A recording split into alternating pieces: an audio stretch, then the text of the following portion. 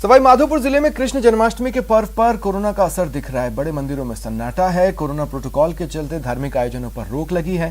हर साल जन्माष्टमी पर उमड़ने वाली भक्तों की भीड़ मंदिरों से नदारद रही। जायजा लिया संवाददाता गिरिराज शर्मा ने। सवाई माधोपुर जिले में ऐसा कोई मौका नहीं होता जबकि कोई भी त्योहार हो और हर्षोल्लास नहीं हो, धूम धड़ाका नहीं हो। लेकिन कोरोना काल के चलते पिछले कई समय से लगातार एक के बाद एक त्योहार सभी कोरोना काल की भेंट चढ़ गए। ऐसा ही एक वाकया आज भी देखने को मिल रहा है, जहां पर समूचे देश में कृष्ण जन्माष्टमी का पर्व है। लेकिन कृष्ण जन्माष्टमी के पर्व पर सवाई माधोपुर जिले में भी बेहद धूम धड़ाका और बेहद हर्षोल्लास और उत्साह के साथ ये पर्व मनाया जाता है। लेकिन कोरोना काल और सरकार के गाइडलाइन के चलते जन्माष्टमी के अवसर पर भी कुछ सन्नाटा सा देखने को मिल रहा है। आप इस वक्त देख सकते हैं सवाई माधोपुर जिला मुख्यालय का यह प्रसिद्ध शिव मंदिर है, जहां पर आज कृष्ण जन्माष्टमी के पर्व पर हजारों की तादाद में यहां पर भीड़ उमड़ती है। कई एक से बढ़कर के एक आश्चर्यजनक झांकियां सजाई जाती है। लेकिन सबसे बड़ी बात यह है कि इस दौरान आज यहाँ पर मंदिर में बेहद सन्नाटे सा आलम है। लोगों की आवाजाही बेहद कम है। कुछ एक श्रद्धालु हैं जो यहाँ पर पूजा अर्चना करने के लिए आ रहे हैं। मैं आपको ये भी बता दूं कि इस शिव मंदिर में ब्रिज से, भरतपुर से और अन्य कई प्रांतों से ऐसे कलाकार आते हैं जो कि इसमें दर्जनों से अधिक झांकियाँ, मनमोहक झांकियाँ यहाँ पर सजाते हैं और समूचा सवाई माधोपुर उन झांकियों को देखने के लिए उमड़ता है। लेकिन सबसे बड़ी बात यह है कि कोरोना काल और सरकार की गाइडलाइन के चलते ऐसा इस बार कुछ भी नहीं हो रहा है। केवल लोग सांकेतिक रूप से कृष्ण जन्माष्टमी का पर्व मना रहे हैं। वहीं मंदिर में भी केवल सांकेतिक रूप से कृष्ण जन्माष्टमी का पर्व मनाया जा सकेगा। गिरिराज शर्मा, न्यूज़ 18, सवाई माधोपुर। और जन्माष्टमी का पर्व टोंक में उत्साह के साथ मनाया जा रहा है। सुबह से ही मंदिरों में तैयारियां चल रही हैं, आकर्षक झांकियां सजाई गई हैं। कोरोना को देखते हुए सोशल डिस्टेंसिंग के साथ भगवान श्री कृष्ण की पूजा अर्चना हो रही है। टोंक शहर के चंदन चौक में श्री राम कृष्ण मंदिर में तैयारियां चल रही हैं। शाम 4 बजे से भक्तों के दर्शनों के लिए पट खोले जाएंगे।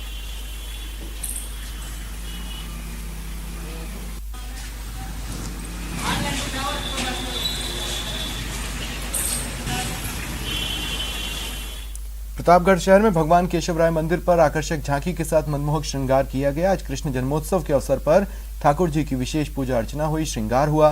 कोरोना के चलते श्रद्धालुओं के लिए तो मंदिर बंद रहे, लेकिन हर साल की तरह जन्मोत्सव धूमधाम से मनाया जा रहा है।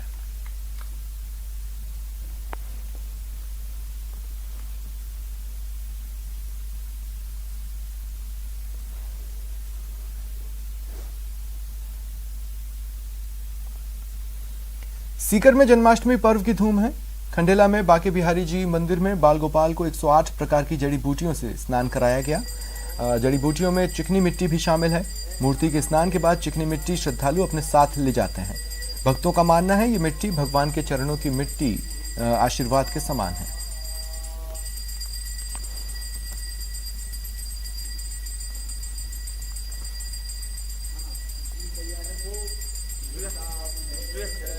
करीब 600 साल पुराना मंदिर है और ये मूर्ति है वृंदावन से ब्रह्मकुंड से निकली हुई है, जो करमेती बाई के द्वारा इनके पिताजी को दी थी, जो आज यहाँ स्थापित है।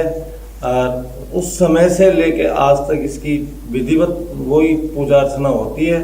एक जन्माष्टमी का विशेष कार्यक्रम यहाँ होता है। बिहारी जी के महाराज के मंदिर में जन्माष्टमी के पर्व पर भगवान के विग्रह का 108 प्रकार की जड़ी बूटियों से महास्नान होता है। यह परंपरा लगभग 600 वर्ष से पूर्व संपादित होती है। प्रदेश भर में जन्माष्टमी की धूम है। कोटा में देर रात बाजारों में रौनक दिखी। शहर के कई बाजार रात तक खुले रहे। भगवान की मूर्तियों की खरीदारी करने वालों की भीड़ देखने को मिली।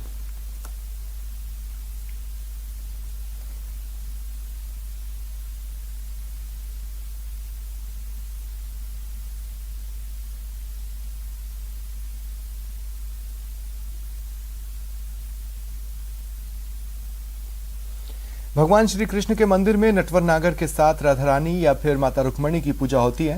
लेकिन देश में एक ऐसा मंदिर है जहां श्री कृष्ण के साथ राधा और रुक्मणी नहीं बल्कि कृष्ण भक्त मीरा विराजती हैं। भगवान के साथ एकाकार हो जाना ही भक्ति की पराकाष्ठा है। तस्वीरें इस बात को प्रमाणित कर रही हैं, जहां भगवान श्री कृष्ण के साथ उनकी अनन्य उपासिका अप्रतिम भक्त मीराबाई स्थापित हैं। मीराबाई ने जीवन भर भगवान श्री कृष्ण की भक्ति की और अंत में अपने आराध्य की मूर्ति में समाहित हो गईं। जयपुर के आमेर में स्थापित इस मंदिर का नाम जगत शिरोमणि मंदिर है। मुगल शासनकाल में भी यह मंदिर दक्षिण भारतीय वास्तुशिल्प में बनाया गया। महाराजा मानसिंह प्रथम की पत्नी महारानी कनकावती ने अपने बेटे जगत सिंह की याद में इस भव्य मंदिर का निर्माण कराया था। ये मान सिंह जी इस मूर्ति को लाए थे। आने के बाद मीराबाई को यहाँ बैठाया। सन 1599 में इसका निर्माण किया था और 16 से 8 में इसकी पूरी हुई थी। सीएम अशोक गहलोत एसएमएस अस्पताल में सफल सर्जरी कराकर आज अपने घर लौट आए। सभी रिपोर्ट नॉर्मल होने के बाद डॉक्टरों ने उन्हें डिस्चार्ज करने का फैसला लिया। एसएमएस अस्पताल में सीएम गहलोत की एंजियोप्लास्टी हुई।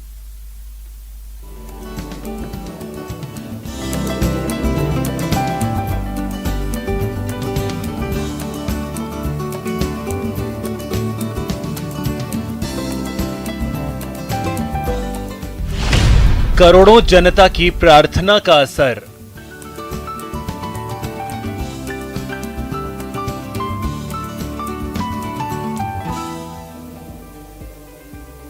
शुक्रवार को सीएम के अस्वस्थ होने की खबर से कांग्रेस के कार्यकर्ताओं के साथ ही पूरे प्रदेश में हलचल मच गई थी। आखिरकार रविवार को ऑल इज वेल की खबर आई, जब सफल सर्जरी के बाद सीएम को एसएमएस अस्पताल से छुट्टी मिल गई।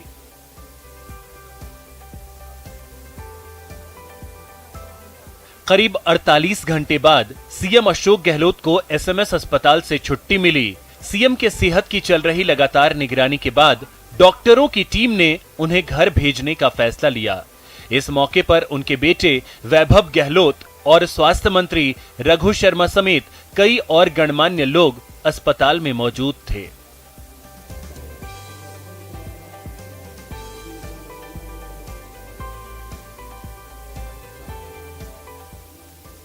इससे पहले सीएम गहलोत के स्वास्थ्य को लेकर पूरा प्रदेश चिंतित था।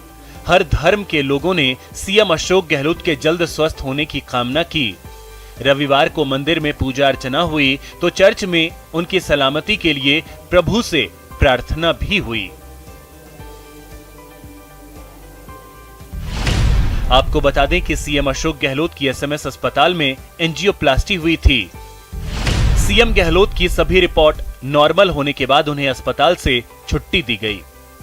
अस्पताल के कार्डियक केयर यूनिट में सीएम का इलाज चला। उनकी एक आर्टरी में 90% तक ब्लॉकेज मिला था। प्रिंसिपल सुधीर भंडारी, अस्पताल अधीक्षक डॉक्टर राजेश शर्मा सहित मेडिकल बोर्ड के सदस्य सीएम अशोक गहलोत के सेहत अपडेट पर नजर बनाए हुए थे। डॉक्टरों के मुताबिक अब उनकी सेहत पूरी तरीके से ठीक है, लेकिन अभी कुछ दिन उन्हें घर पर ही आराम करना होगा। न्यूज़ 18 राजस्थान के लिए जयपुर से दीपक व्यास की रिपोर्ट। मरुधरा में बेरोजगार फिर आंदोलन की राह पर हैं। लंबित भर्ती प्रक्रिया पूरी करने और नकल पर नकेल के लिए सख्त कानून बनाने समेत कई मांगों को लेकर बेरोजगारों ने आंदोलन का ऐलान किया है।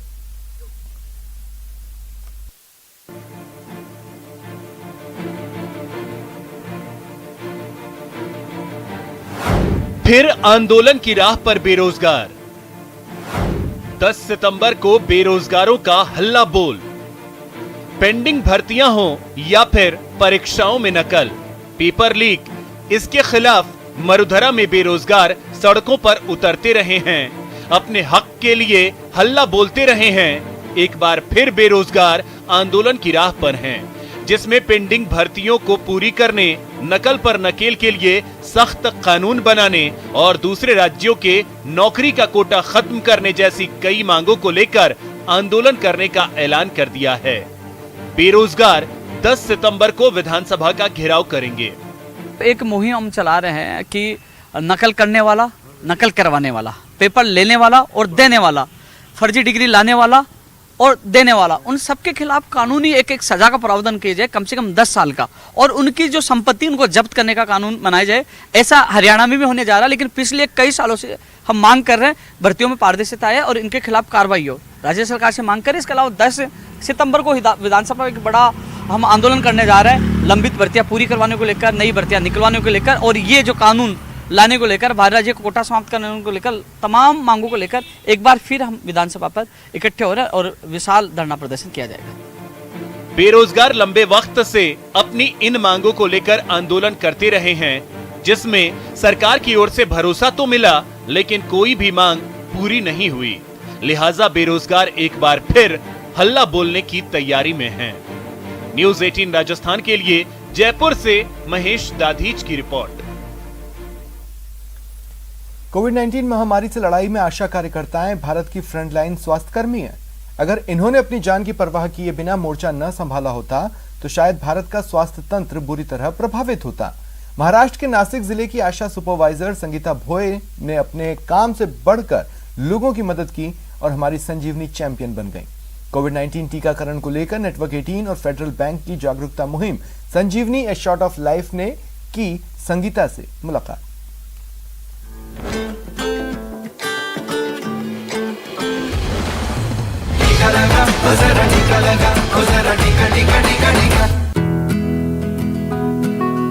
आशा कार्यकर्ता अपने काम पर निकल चुके हैं।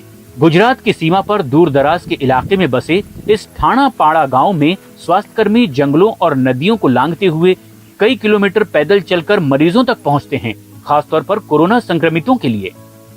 दादा, वो दादा, झोपले की काय? आम्ही तुम्हाला भेटायला आलोय। संगीता भोये आशा सुपरवाइजर हैं, जिनकी टीम में 12 आशा कार्यकर्ता हैं और जमीनी स्तर पर संगीता का काम बेहद ही सराहनीय रहा है। इनकी टीम कोरोना संक्रमित मरीजों को सिर्फ स्वास्थ्य सुविधाएं ही नहीं देती, बल्कि खाना, राशन, अंडे और सब्जियां भी मुहैया करवाती हैं। आणि आमच्या जवळ कोणी माणसं आम्हाला मदतीला येत नसते, तेव्हा आमच्या आशाताई आमच्या मदतीला आल्या आणि आम्हाला खाद्यपदार्थ कसे खायचे हे ते सगळं माहिती देत होते आणि आमच्या सोबत इतरांना बऱ्याच लोकांना त्यांनी अशीच मदत केली। अपने काम से आगे बढ़कर लोगों की मदद करना ही संगीता को संजीवनी चैंपियन बनाता है।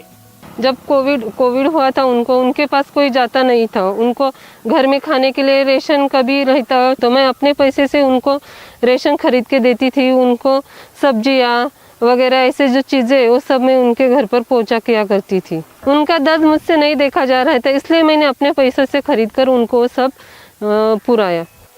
संगीता का कहना है कि जब जनवरी 2020 में महामारी की शुरुआत हुई तो चुनौतियां काफी बड़ी थी। बीमारी को लेकर जानकारी बहुत कम थी और खराब मोबाइल नेटवर्क की वजह से मुश्किलें बढ़ गई थी। कोई किसी से बातचीत नहीं कर रहा था, कोई अगर किसी को देखो तो रास्ता बदल के जाने का, ऐसा सब माहौल था। उस टाइम हमारे आशा वर्कर्स और हमने हर एक के घर में जाकर उनका ऑक्सीजन लेवल चेक किया और उनका टेम्परेचर लिया। इन्होंने लोगों की सेवा के अपने काम को जारी रखा और इसीलिए ये हैं हमारी संजीवनी चैंपियन।